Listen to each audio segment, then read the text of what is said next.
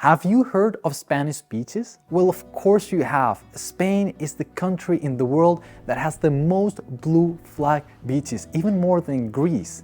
And among all those great places, great beaches with beautiful sand and beautiful waters, the best beaches in Spain are in the islands. Today, we're going to be talking about all of the Spanish islands that you could go to enjoy that fantastic weather and those beaches. Those islands are very, very different, which is why our goal today here is to give you the one that's the best choice for you specifically, because they're all very different. Now, this session is going to be divided in three big parts. The first one is going to be talking about the Balearic Islands, the archipelago really close to the coast of Valencia. We're going to be talking about the pros of the Balearic Islands and the cons. And we're going to be doing exactly the same thing with the Canary Islands. The Canary Islands are on the coast of Africa. They have beautiful and great weather all year round. We're also going to be talking pros and cons. And last but not least, the most interesting part for you guys is that we are going to be talking about each of the big islands, both in the Balearic Islands and in the Canary Islands. So for this last part, we're going to hop over to Google Maps and I'm going to show you around. That way you're going to have an impression of what archipelago you should go to, and then each one of these islands, what to expect. So let's dive in and start with the Balearic Islands pros. Now, the Balearic Islands are beautiful. They're a great destination, and a lot of people come both from the United Kingdom, Germany, and all around Europe. The reason, it's mainly the beaches. If you're looking for those types of beaches that are like postcard beaches, those are mainly going to be in the Balearic Islands, Mallorca, Menorca, and Ibiza. We'll talk a little bit about each of these later on, but these beaches are extremely beautiful. We have videos of almost every single one of the beaches on this island in our second channel, which we will link down below, just in case you want to check it out. Now, just a little warning. Not all the beaches are accessible by car. So if you want to go to one of those very, very remote beaches in the Balearic Island, you're going to have to take a boat. But the beaches are just fantastic. This is probably the biggest pro the Balearic Islands has. The second big pro of the Balearic Islands is its culture. If you've ever been to Mallorca or Menorca, you probably know about the great cathedral of Palma or the Alcázar, which is really close to the cathedral. Walking around Palma, walking around Mahón, or even Ibiza, you get the feeling of that Spanish culture. So if you want to have the real Spanish experience, the Balearic Islands are not going to disappoint, I guarantee. The third pro is, of course, the party. Now, Ibiza, one of the islands, is probably the most well-known island in the world when it comes to partying. But it's not just Ibiza. Anywhere in the Balearic Islands, Menorca or Mallorca, there's a lot of party. So if that's something you're into, you should check out the Balearic Islands. But even if you're not into partying, but you like going out every now and then the Balearic Islands also has amazing food and restaurants. Doesn't matter what type of food you like. It doesn't really matter if you want a small restaurant by the beach or if you want a big city restaurant. The Balearic Islands has that to offer pretty much anywhere you go. Another pro of the Balearic Islands is the huge expat community. Now, of course, Mallorca, which is by far the biggest island, has the biggest expat community because the population is higher. But anywhere in the Balearic Islands, you're gonna find people from all over the world. Mainly a lot of people from Germany and the United Kingdom, but you're going to feel welcome no matter what, because there will be a community for you. And last but not least, the weather in the Balearic Islands is just fantastic. We have a lot of sun and it's very, very warm. Now, I have to warn you, in the summer, it gets very, very warm in the Balearic Islands. So if you're not used to it, maybe autumn or spring would be a better season to go there. But if what you want is really a lot of sun, then the Balearic Islands in the summer months is going to be a fantastic destination. And with that, we conclude the pros, which by far outweighed the cons. But I also want to be honest with you and share with you some honest cons that I see to the Balearic Islands. Now, the first one is the crowds. This applies mainly to the summer season. If you don't like a lot of crowds, then the Balearic Islands in the summer is probably not the best time to go. Now, I personally believe that the best month to go to the Balearic Islands, it's May, because not a lot of people go there yet, but you have very nice weather. September is also a good choice, but you're gonna find a lot more people in September than you will on May. Of course, in May, you're not gonna have that amazing bright sun that really burns your skin, but it's really nice weather if you want to do other types of activities other than just going to the beach. I will have to warn you, the crowds don't only apply to the beaches, they also apply to traffic, because in Palma de Mallorca, or pretty much all around Mallorca, there's going to be a lot of traffic in the high season, and that's true also for Ibiza and Menorca. So beware of the crowds in the high season. The second one would be the prices. Again, prices are going to be a lot higher in the summer, but they're going to be, in general, a little bit more expensive than the Canary Islands. You could find a lot of good deals, to which I would recommend you read our post on it. We will link down in the description to that post too. But in general, it's going to be a little bit more expensive. At least your stay is, because the flight, given that the Balearic Islands are closer to Europe, it's probably going to be cheaper than to the Canary Islands. But your stay is probably going to be a little bit more expensive. The last con are the locals. Now you'll notice that I put a question mark in the board, and that's for a good reason. Not all locals like tourists, but many of them do. Now, if you're going to the Balearic Islands, you have to be aware that a lot of people that live there are just so used to tourists being around that they sometimes get annoyed with the people, and they might not be as nice. Now, you're not going to encounter these people in hotels and beaches. Like, people who are facing the public are always going to be very nice. But some locals could be a little bit harsh, especially in the high season. So just know that some people are just not very fond of having so many tourists on the islands. We're moving over to the Canary Islands, and we're gonna start with the pros of the Canary Islands, and it has a lot of pros. Now, the first one would be the weather. You might be thinking, hey, you just told us that the weather in the Balearic Islands is amazing. Well, it is, but the weather in the Balearic Islands changes a lot. We have the 4 seasons, whereas on the Canary Islands, the weather all year round is fantastic. It could be snowing in Madrid, and you could be at the beach, literally, in the Canary Islands. So you could go to the Canary Islands pretty much whenever you want. Whereas when you're going to the Balearic Islands, you have to check the weather. Now, the second pro I'd like to talk about the Canary Islands are the prices. Now, unlike the Balearic Island that has very high prices pretty much all year round, especially in the high seasons, the Canary Island has very good deals all around the year.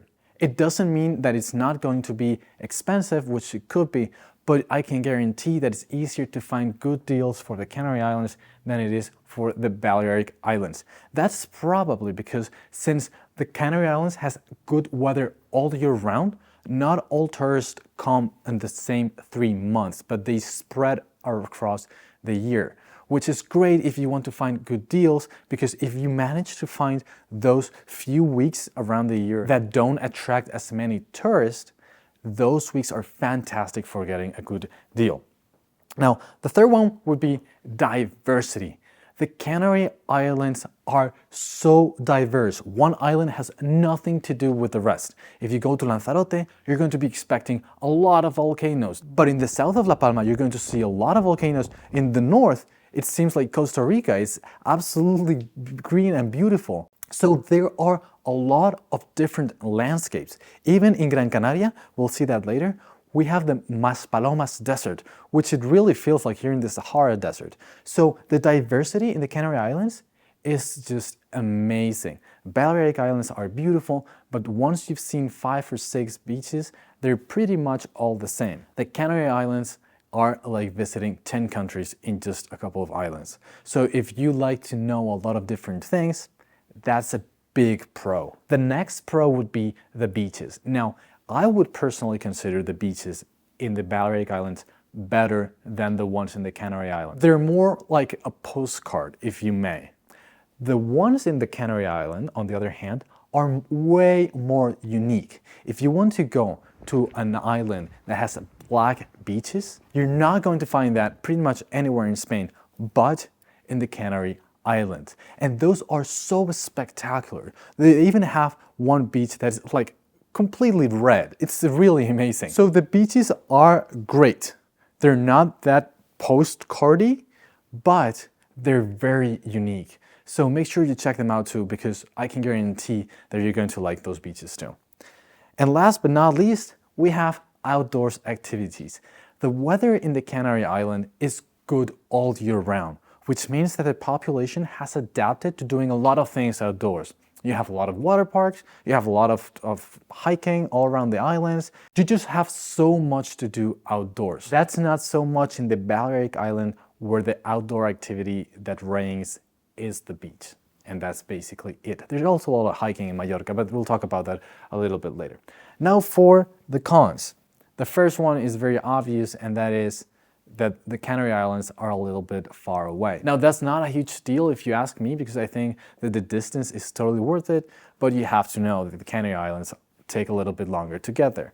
That's pretty much it. The second con would be the food. Now I am not saying in any way that the food in the Canary Islands is bad, but compared to the Balearic Islands, I feel like it's a step behind. So my impression is that the Balearic Islands has a little bit more diversity and a little bit more quality when it comes to food. So if that's something you're into, the restaurants in the Balearic Island are not going to disappoint you.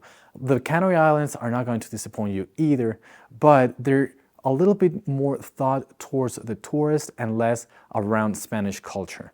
So I would give a plus for the Balearic Islands and not to the Canary Islands when it comes to food. And the last con would be the wind. Some beaches in the Canary Islands can be very windy. And that's something you cannot control. You get there, it's windy, you don't enjoy the beach as much. That can be a little bit of a con. Just make sure you do your research and know exactly what to expect depending on the time of the year or the beach that you're going to. And that's about it. With that, we conclude the pros and cons for both the Balearic Islands and the Canary Islands. What we're going to be doing now is going to be extremely helpful to you guys, because we're going to be talking about each one of the islands separately. In order to do so, we're going to hop over to Google Maps and I'm going to show you around. Okay, so we are now in Google Maps, and as you are seeing on your screen, this is the Iberian Peninsula, which Spain is mostly in the Iberian Peninsula. We're first going to be talking about the Balearic Islands to the east of the peninsula, and we're then going to be talking about the Canary Islands right next to Africa. Excuse all the markers, but I just want to remember a lot of things I want to tell you about in this video and places I've been to. So of all the Balearic Islands, we're first going to start with Mallorca. Now, of all Mallorca, its biggest city is Palma, which is, of course, the capital of the island. Now, Palma has so many things to do and see that's impossible to cover them in this video. But the main things you have to know is this right here is the airport, which is probably the way you're going to get into Mallorca. I think almost everybody that comes here enters through the airport or the port, but both of them are in Palma. So what you want to do is take as quickly as possible a taxi from the airport or a bus. The bus works fantastically too, to the center of Palma.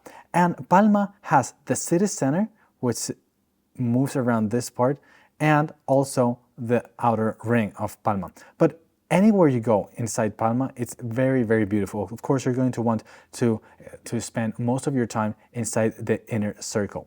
The most spectacular thing, in my opinion, in Palma, Mallorca, would be the cathedral and the Alcázar, as we just talked a little bit earlier. This is the cathedral, and this right here is the Alcázar. I can tell you, the cathedral, it's just so beautiful. You can walk all around the Paseo Marítimo here, and you're going to have a fantastic view of the cathedral and the Alcázar. But anywhere you walk around Palma de Mallorca here, it's going to be so beautiful. We're talking about small little streets. For example, the Basilica of San Francesc is beautiful, but anywhere, basically anywhere you go, is going to be fantastic. I remember so many of these places. I would especially recommend you go to the Plaza Mayor. It's really, really, really beautiful, and there's a lot of good places to eat. There's really an ice cream store here that I really love, and that's where you can also buy the famous Mallorca ensaimadas, which are really something you have to try if you go to Mallorca. But anyway, this is the place that you're going to want to visit primarily in Palma de Mallorca. You also have the castle, which is a little bit farther away, but it's something that you'll have to take a taxi or a bus to get there. But it's not just the center of Palma that you want to see. You want to see a lot of places around Palma too. This side of Palma is known for its partying. So if you're young, you like to go to clubs, or if you're old too and you like to go to clubs, then this part right here, it's full of young people. There's a great atmosphere. There's music everywhere. You're just gonna have a lot of fun. You also have, of course, the castle de Belver here, which is fantastic. Fun fact, last time I went here with Jimena, she got stung by a bee and it was terrible because she's allergic, and okay, it was just a mess. But anyway, on the other side of Palma, if you're into golf, you have a lot of golf courses that are really fantastic. I personally know this one the most, the Golf San Antén Mallorca. It's a Marriott one. It's really beautiful. Now that's Palma, okay? If you're asking for the best beaches in Palma, I would recommend you go to Playa de Sarenal. But that's not going to be like the best in Mallorca. It's just really close and very convenient if you are in Palma. If you want to go to the best beach amongst the ones that are close to Palma and that you could go back and forth, then the one I would recommend, it's a little bit far away, but it's just fantastic, is this beach right here. It's called the Strenc. Now it's got a parking lot here that it says that it's public, but you have to pay to enter. It's not very expensive, but you have to pay to enter. And this beach is just beautiful. It's super long. A lot of people like it. My advice would be to go there early because there's a lot of people and the parking gets full very quickly, and so does the beach. But if you're in Palma and you want to experience one of the best beaches in the whole island, Strenc is fantastic and you're going to like it. Now, if you look on Google Maps, there are a lot of amazing calas, or coves in English, along all this coast. I personally know Calador very well. A lot of my good friends live there. And this part right here of the island is full of amazing calas. The problem is that not all of them are accessible by car. So you have to find information on how to get to the different calas by yourself, and don't trust Google Maps because it's not going to work. Because if you trust Google Maps, what's going to happen is that you're going to end up in a road that you cannot cross and you're not going to know where to park. It's going to be terrible. So I would advise you download one guide. You don't have to download our guide necessarily, but there are other good guides that explain what calas you can get to, because a lot of these calas are pretty much only accessible by boat, and if you want to go there walking, it's going to take you like 2 or 3 hours. So please be advised, you have to know exactly where you're going, or else you could lose a whole day for trying to get to just one single cala. But this part of Mallorca, wherever you go, is just full of fantastic and beautiful beaches, and a lot of them are very accessible. Again, I would advise you to get there early because they get full very, very quickly. Now, the problem with this part of the island, which I think is really fantastic, is that you need a car to get there, both to the Strencs and to all these Calador, Porto Colom, all these parts of this part of the island. You're going to need a rental car. What if you don't have a rental car? What would you advise someone to do?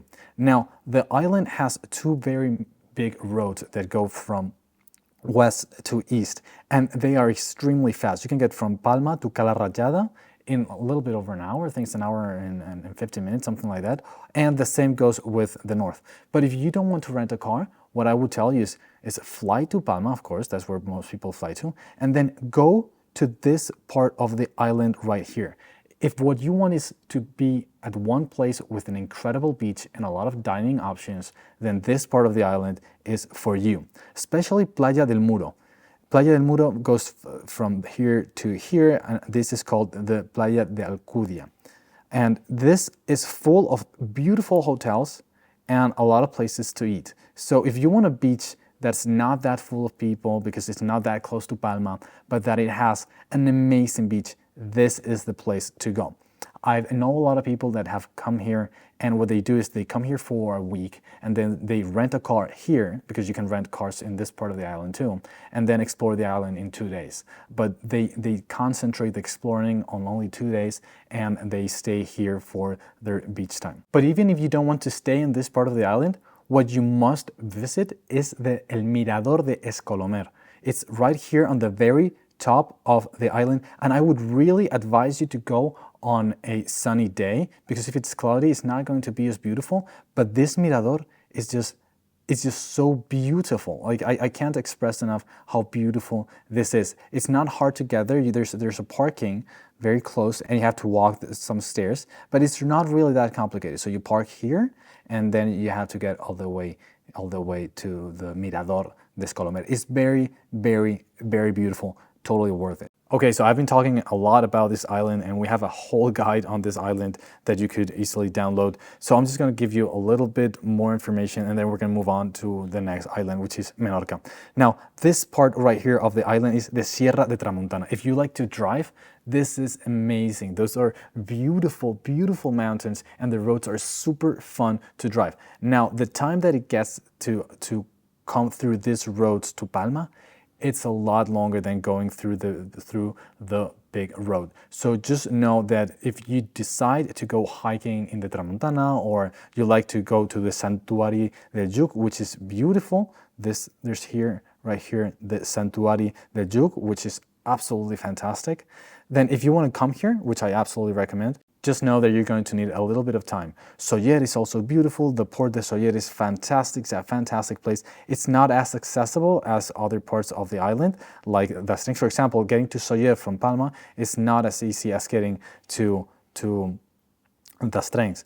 For example, getting to Port de Sóller from the Mirador de Escolomer is very hard, and the road, it takes quite a lot of time. So just know that the roads here, depending on what you do, are going to be a lot of fun. They're just not going to be very, very fast. Okay, that's enough about Palma. We're now going to move over to the island of Menorca. Now, the island of Menorca is just so beautiful. I am sure that you guys are going to like it if you come here. The biggest city is Mahón, but the Ciutadella de Menorca, it's also very big, and it's absolutely worth visiting. Now, most people fly over to Mahón and then they rent a car in Menorca. Unlike Mallorca, where I don't always recommend you rent a car, because there are places you can stay that don't necessarily need a car. When you come to Menorca, I would most definitely recommend you get a car, because most of the important things need a car to get there. And unlike in Mallorca, a lot of the things are accessible by car. So my advice would be go to Mahón, then there's where you're going to rent your car. And by the way, there's a lot of rental offices in the airport, and it's very easy to rent a car here. And the thing you're going to want to go to first is Binibeca. This is a beautiful, beautiful town in Menorca that it's just full of like fantastic Instagrammable pictures. It's just really, really great. If you want to explore on Google Maps a little bit, you can, but just know that all this part right here, which is the most beautiful part, it's something that you can't, Google Maps cannot go inside, because it's not, you can't, a car can't get in there, but it's just beautiful. You're gonna have to trust me. Okay, so you're seeing it on screen. It's a beautiful village with this classic white houses. You can walk through these. Even if you think that the pictures are gorgeous, I can guarantee that when you are inside and you're exploring the area, it's a lot better even than it looks here. So Binibeca is absolutely something that you have to check out. And all the calas around this part of the island are amazing. Like, they're so great, and they're very accessible too. For example, this Cala en Porter, I've been there a lot of times. My cousin lives here in Menorca, and it's beautiful. You get to park very close. It's just a fantastic way to spend the day, and that's true for mainly all the beaches on this part of the island. There are also other islands that are not as accessible and that are really worth. That's why I told you to rent a car. Two of them would be the Macarelleta, which is just so fantastic. These two are just so amazing. It takes a while to get there. You have to park and you have to walk. But if you're in shape and that's something that you want to do, I would absolutely recommend you do that. Cala en Turqueta, it's is so great. I can't express enough how beautiful they are. Even though you're looking at pictures, I can tell you this place is just fantastic. Like, there's no way to describe how beautiful this is unless you've been there. I really love all these beaches are just really fantastic. Sonsaura is also a very good beach. It's very close to the parking, so it's very convenient to go there. This part of the island is a lot more raw nature. So if you want to explore the Balearic Islands, this is the place that you want to go.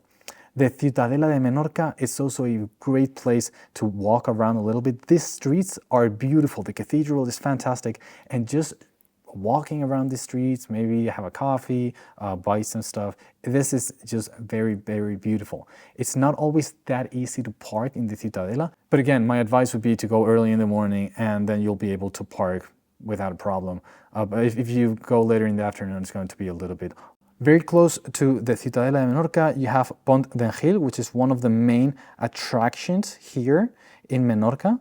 Let's see if we can see a picture. It's like this beautiful art. It's just fantastic. It's very impressive when you look at it. It's also a fantastic place to see the sunset. But if you want to go see the sunset, there are two other places that I would recommend too. Pont d'Engil would be one of them. Oh, by the way, to go to Pont d'Engil, you have to park and you have to walk a little bit, right? So you're going to park here and you're going to have to walk all the way here. You're going to want to get to this part. That's the best picture you're going to be able to take for the Pont d'Engil. And this is not an easy terrain, okay? So be sure to wear good shoes because the terrain is really not that good, okay?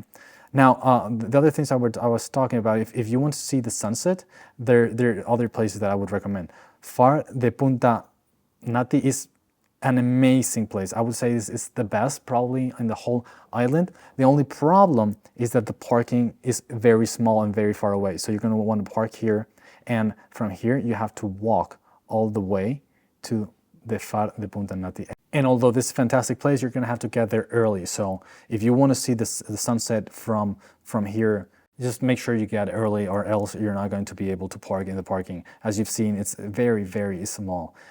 This is, by the way, this is a lighthouse. I forgot to tell you, this is a lighthouse. It's very beautiful, but the best thing about this part aren't just the views or the sunset. See, this picture from the sunset. We've taken way better pictures than this one. This is just a fantastic place. You'll see in the summer a lot of young people that come here at night too. Okay, so that being said, the necropolis de Cara Morel. This is, if there's one thing I forgot to tell you about Menorca, and I just remember when seeing this, and that is that Menorca is full of prehistoric places you can visit, and the necropolis de Cara Morel is probably one of the most impressive ones.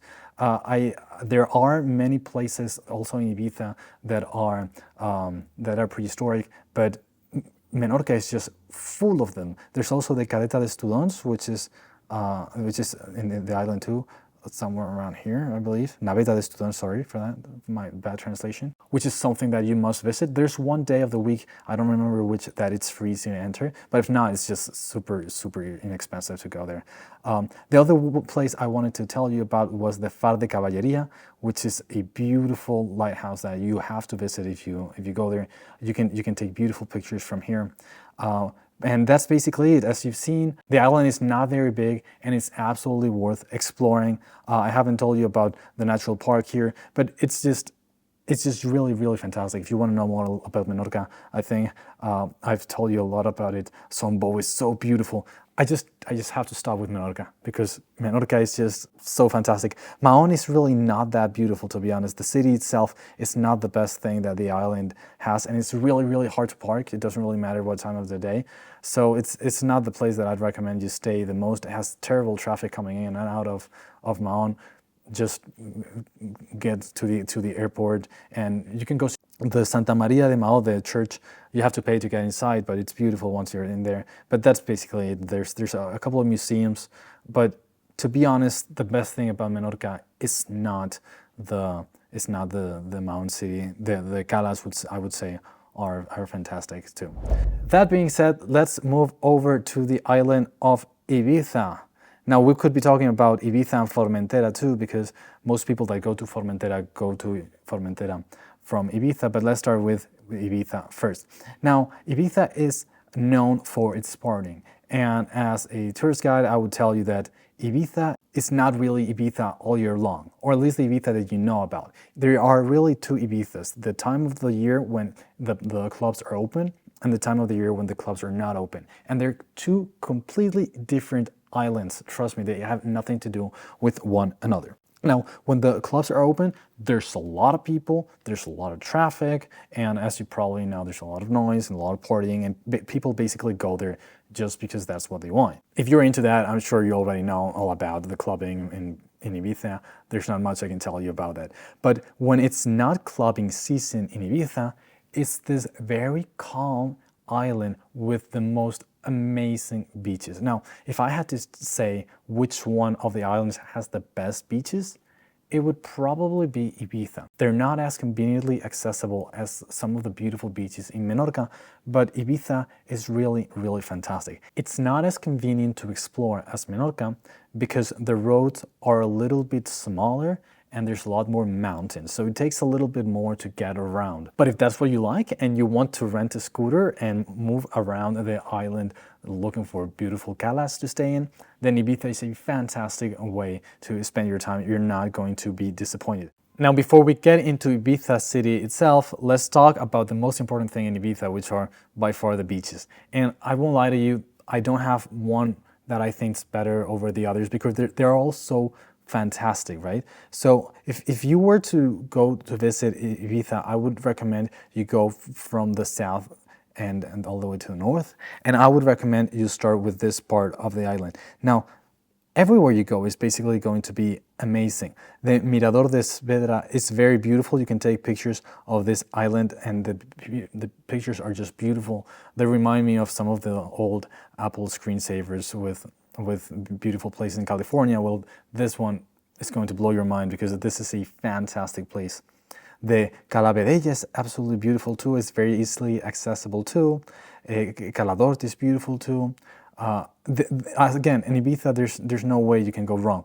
Platges des Comtes, this is a fantastic place. We have a video of this. It's usually very full of people because this parking is very accessible, and this is full of people. But if it weren't for that, I would say this one is probably the best. I mean, I don't want to choose the best because they're all so beautiful and it depends on what you like.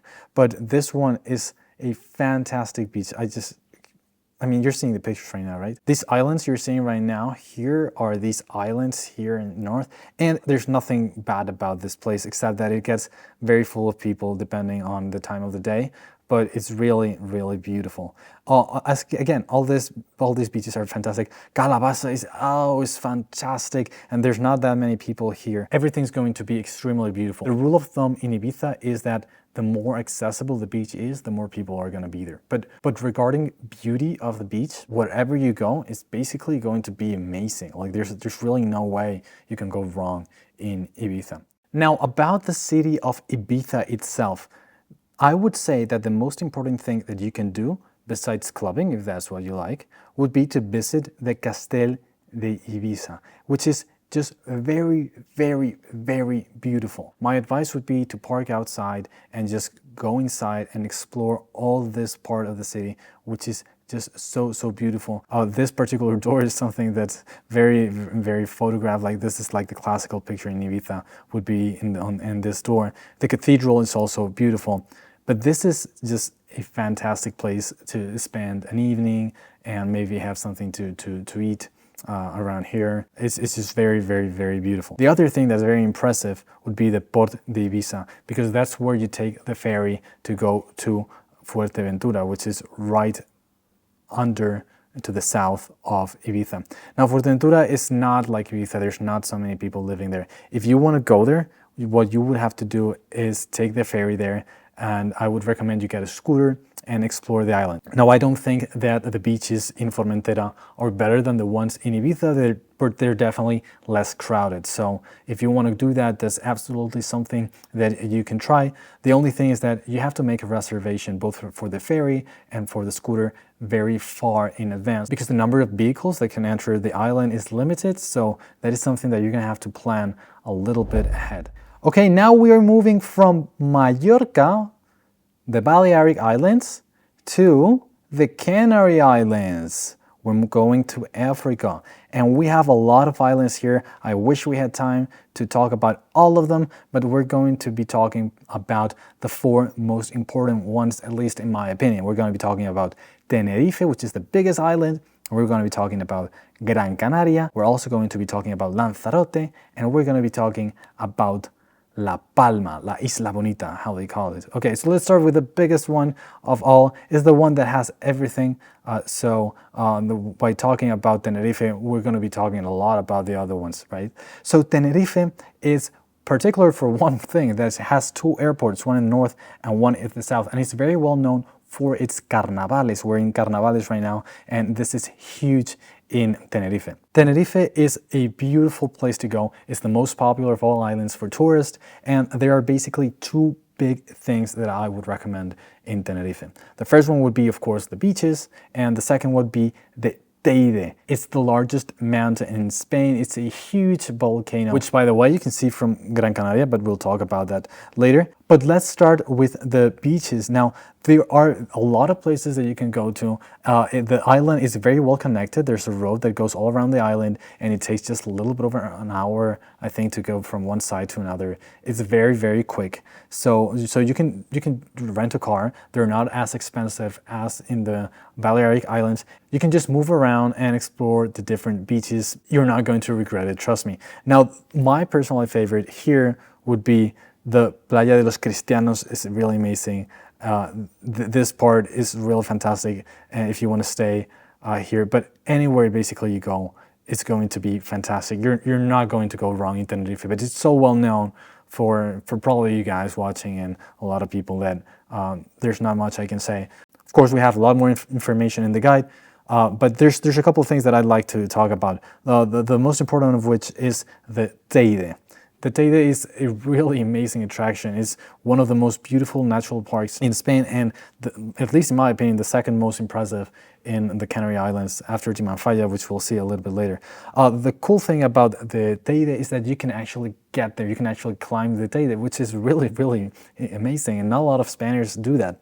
In order to do so, however, you need a special permit. So if you want to do that, that's something that you're going to have to plan in advance, especially if you're going in the summer, because a lot more Spaniards go there in the summer, and they're the ones that know that they have to ask for a permit, but you do need a permit to enter the park. Now, don't be scared when I say that this is the tallest mountain in Spain, because there is a cable car that gets you to the top. So you can buy a ticket to the cable car, and it was going to take you almost to the top. It's really a fantastic way to get there. If you want to walk all the way to the top of the Teide, that's something that you can absolutely do too. The pictures from here look like they're out of this world, but it's going to take a long time. And when I say a long time, I mean that you're going to have to start walking around 7 a.m. and you're going to come back at least 12 hours later. So it does take someone that's really in shape, but the cable car, it's really beautiful. It's really worth it. I would say that for 99.9% of people, just take the cable car and it's going to be fantastic too. Okay, let's move from Tenerife to Gran Canaria. Gran Canaria is the second island in the Canary Islands by size, and it's not as well known as Tenerife. But I don't really know why it is. As a Spaniard and as someone that's visited all of these islands, I can tell you that it's absolutely beautiful and it's really worth it. It's not as big, there's not as many things to do probably as in Tenerife, but it's really worth it. Now, if you're traveling to the Canary Islands, you're probably going to go to Las Palmas de Gran Canaria. It's really not that impressive of a city. I wouldn't say that it's the best thing that they have. One of the best things about Las Palmas de Gran Canaria is that the beach, it's surprisingly very good for being a beach within the city. It's very clean. It's really has a lot of services. So this is something that you should check out if that's something that you want to do while being there. It's not the best in the island, but to be in the city, it's very beautiful. The Mercado del Puerto is beautiful. By the way, the architect that designed this Mercado is the same architect that designed the Eiffel Tower, which is wow to me. And there are a couple more things that you can do in Las Palmas de Gran Canaria. But if you go to Gran Canaria, you're probably going to want to rent a car and move around the island. Let me tell you a little bit why. And I'm going to give you two very good reasons why. And the first one would be the beaches at the south of the island. Now, these are by far my favorite beaches at this island. At least if you want to stay close to the beach, say you want to go for a week to Gran Canaria and you just want somewhere nice to stay and you just want to walk 5-10 minutes and be at the most amazing beach you've seen, then these are the beaches that you want to go to, right? These would be the Playa de Puerto Rico, Playa Amphi de Mar. This is my personal favorite. We have a video about this one on our secondary channel. It's just so beautiful. I did an interview to one of the cooks in one of the restaurants here. It's just absolutely stunning. But these hotels are beautiful, they're totally worth it, and the beach is packed, it's full of people. But if you just want a very good beach to go with kids or with someone who has a little bit difficulty walking, this beach is Amphi del Mar is my personal favorite, but all of these are just fantastic. Playa de Amadores, I think it's an artificial beach, but it's absolutely beautiful. The fun park, it's huge and kids have a lot of fun here. It's an amazing, I've taken Jimena and the kids many times to that park. But that's not the only thing that you want to visit from Gran Canaria. There are also a lot of hiking trails that you can take. The most important of which, you cannot leave Gran Canaria without doing this. And that place is Roque Nublo. Now it takes a little while to get there, you have to hike to get there. Last time I went there I had to run because I had to be somewhere else, but it's just very, very, very beautiful to go to Roque Nublo. Wow, look, it's got a 4.9 out of over 500 reviews on Google. Trust me, it's really totally worth it. I understand why, because this is beautiful. So what you're going to do is you're going to basically hike to see this magnificent rock. It's got sort of a spiritual meaning for the island and for the natives. It's really, really, really worth getting up there. It's going to take a little while. I don't know if it's a little over half an hour if you're walking, but it's totally, totally worth it. Very close to Roque Nublo, you're going to have the beautiful town of Tejeda, which I would completely recommend. Like this is so beautiful to go there, probably have lunch here if that's something that you like to do. This is totally, absolutely worth it. But before we go over to the north, there's something I wanted to talk to about the south too, and that is Maspalomas. This is probably the most iconic place in the whole Gran Canaria. If you've seen pictures of Gran Canaria, this is probably it, because they have the Dunas de Maspalomas, which is like a big desert in the south of Gran Canaria. And when I say big desert, I mean, it really looks like a Sahara. I don't think that it's allowed to walk in the dunes, but as you see, a lot of people do. But these dunes are just fantastic. If this is something that you really like, there's a big hotel, Rio Hotel here, that is very impressive and that has a lot of amenities. It's very fantastic. And what I would recommend if you want to take pictures is go to the Mirador de las Dunas de Maspalomas. Here you're going to have amazing pictures of the dunes. And what you can do is you can walk around the hotels and the houses and just enjoy the dunes because they're very, very worth it. You can also go to the lighthouse, which is here, and this beach is also very, very great. This part of the island is just very, very, very beautiful. Okay, so that's about the south of the island. Let's go over to the north because there's a lot of things to see in the north of the island too.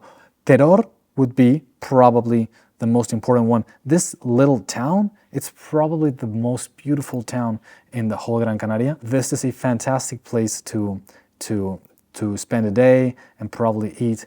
There's the Basilica de Nuestra Señora del Pino, which is here. This tree is so huge. It's really amazing. But the Calle Real, which is where people, where all the restaurants are. Let's see if we can get us into Google here. Let's see, street view here. I can't show you the street view of this street, but trust me when I say it's beautiful. It's full of restaurants. This part cars can go into, so we can see the street view. Maybe we can see the street from here. Maybe just a little bit, but just trust me when I say this part of the town is so fantastic. I would totally recommend you come here to have lunch because it's absolutely worth it.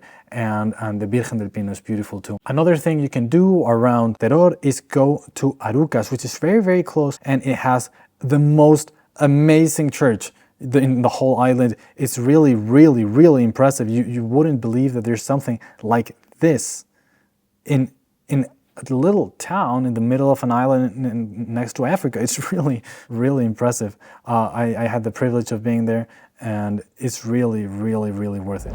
But with that, we conclude Gran Canaria, and we're going to move over to the next island, Lanzarote. Lanzarote is very well known about Spaniards, but it's not well known about people from outside of Spain. And it's a shame because, in my opinion, it's one of the best islands. It's full of very unique stuff. Now, Lanzarote is very well known for its volcanic landscape. So everything pretty much you see is going to be volcanic. But it's also huge culturally. They had a very famous artist called César Manrique who transformed the island and made it so beautiful. And in the island, there are a lot of things that César Manrique did still today that are worth visiting, like a lot. Now, if you want to go to the beach in Lanzarote, what I would recommend is that you go to these beaches at the south of the island. The Playa de Mujeres, Playa de Papaya, these are beautiful, beautiful, beautiful beaches. You have a little bar here where you can eat, and you need to pay a little bit to access this part of the natural park, but it's very, very inexpensive, and it's completely worth it if you're going to spend the day. So these beaches right here are also great. I mean, but they're more like seed beaches. They're more like close to the hotels. These ones are not very far. Like if you're staying here and you want to come here, it's going to take you just a couple of minutes, and they are so beautiful. But Lanzarote is known for a lot more than the beaches. The most important thing I would say is the Timanfaya. It's, in my opinion, the most beautiful natural park in the Canary Islands. And let me just put it this way, it's like going to Mars. And I mean it, this natural park, it's just so beautiful. Now, not everybody can access the park. So what you're gonna have to do is you're gonna have to buy a ticket, and you're going to drive this little street, and you're going to go to this Islet Hilario. This is where you're going to park. This is a fantastic restaurant with views of all of these volcanoes, which is really impressive. Let me see if there's pictures here, because I really think that this is worth seeing. Now, this is the restaurant that I was talking about. You can eat here while watching all the beautiful volcanoes. But when you buy the entrance to the national park, you also get a really cool demonstration of how hot the ground beneath you is, because trust me, you can touch the ground and you can feel how warm it is. As a matter of fact, I have a video of myself holding a rock, because one of the guys gave me a rock, and I dropped it to the ground immediately because it was so hot,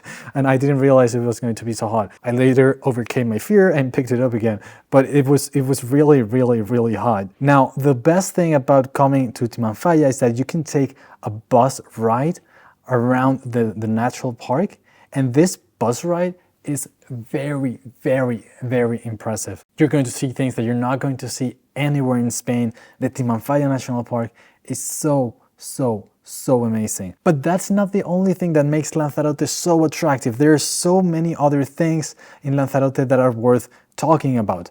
Some of the things of César Manrique that we're talking about are the Jameos del Agua, for example. The Jameos del Agua is a beautiful cave that César Manrique transformed into a restaurant. And eating here, it's really like one of the most romantic experiences that I've had in my entire life.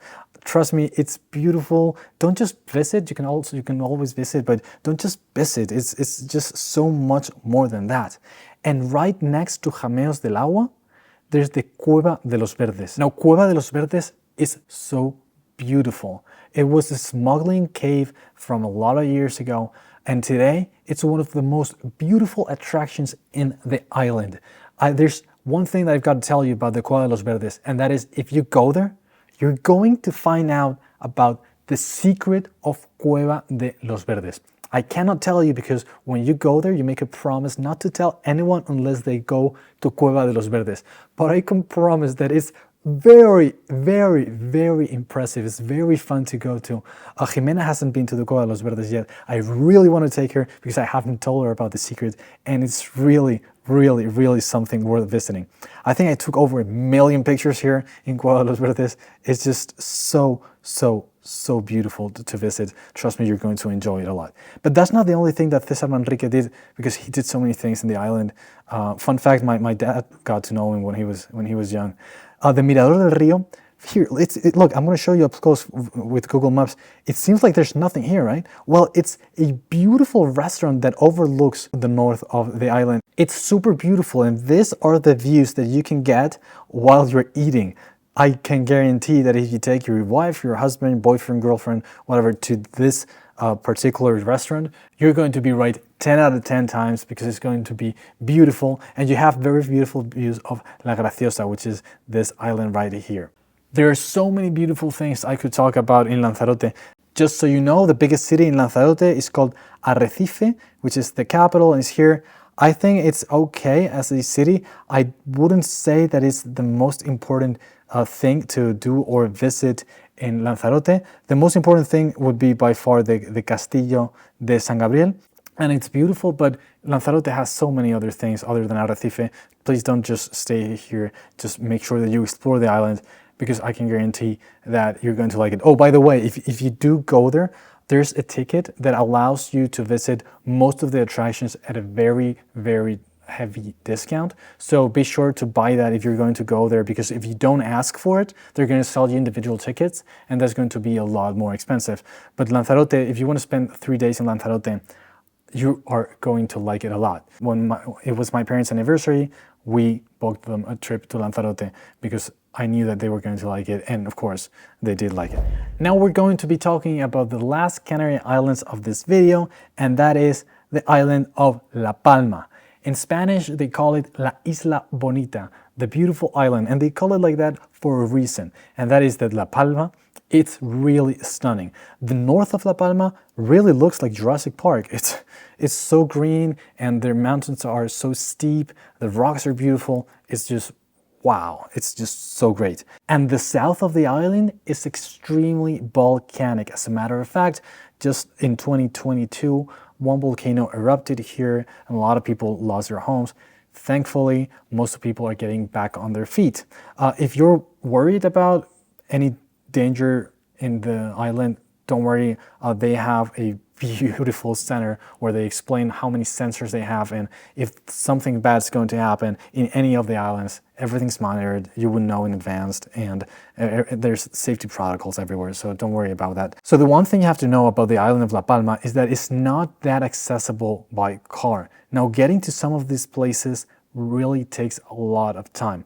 This road right here was blocked by the lava in 2022, and it just reopened, so that's been a huge help. But if not, even though the island is very, very small, it takes a long time to go from one spot to the other, and only takes 1 hour to go from south to north of the island. This one's a lot smaller, and it takes way more, especially if you want to visit the Roque de los Muchachos, which is the top of the island, and this is very interesting, is the darkest spot in the whole world. So it's a fantastic place to watch the stars, which is why there are so many observatories here in Roque de los Muchachos. It's really worth visiting. You can visit the observatories, although that changed a little bit with COVID. Right now, I think they're opening their doors again for visitors. You cannot visit at night the Roque de los Muchachos, but there are other very beautiful star observatories or astronomical observatories all around the island. The one I would recommend the most is the Mirador Astronómico del Llano del Jable, which is very close to Cumbre Vieja, which is the volcano that erupted in 2022. Okay, but there are other things that you have to see in La Palma for sure. One of them would be the Poris de Candelaria. This is like a beautiful city that's like carved into the rock. I'm going to show you a couple of pictures here now. It's very beautiful. The pictures don't make justice how beautiful this is. It does take a long time to get there by car, so make sure that you check on Google Maps. And by the way, the road to get there is very hard to drive on, and there's sometimes that you're going to find a car in front of you, and you're gonna have to kind of go back, or they're gonna have to go back to make sure that both cars fit. So if you're gonna go there, I would recommend that you take a small car because it's going to help you quite a lot. But there are other things that you have to do in La Palma too. One thing that I would recommend you do is go to one of the natural pools in La Palma. Now, La Palma has two very famous natural pools. One is Piscinas de la Fajana, which is absolutely beautiful. I met a family that lives just next to this pool, and they told me how much everybody enjoys it. It's really worth visiting. But if you don't want to go to La Fajana, you also have Charco Azul. Charco Azul is also beautiful, but there's usually a lot more people in Charco Azul than in La Fajana because it's closer to the houses. But both pools are very good to go to. And finally, we get to Santa Cruz de la Palma, which is a very small city, but that it's worth visiting, especially because of the Real Santuario de Nuestra Señora de las Nieves. This is a very beautiful place to visit, not just because of the santuario itself, but because of the views of the city and the views of the whole island from here. I really recommend that you visit the santuario. Now, I have left the best for last because La Palma is known for one big thing, and that is hiking. There are so many spots in La Palma where you can go hiking. I've spent a lot of days with Jimena here with my boots on and just hiking all around the island. It's very beautiful. Okay, and with that, we conclude our visit to La Palma. I'm very sorry that I couldn't cover absolutely everything for each of the islands. Hopefully in the future we'll be able to make a video of each of the islands, but for now we have all the information for each one of these islands on our website, so be sure to check out our guides for each of these islands if you're going to travel there. Hopefully they will be very helpful. And if there are any other videos you'd like to see, you'd like us to talk about, please leave a comment down below, and don't forget to like this video. Cheers!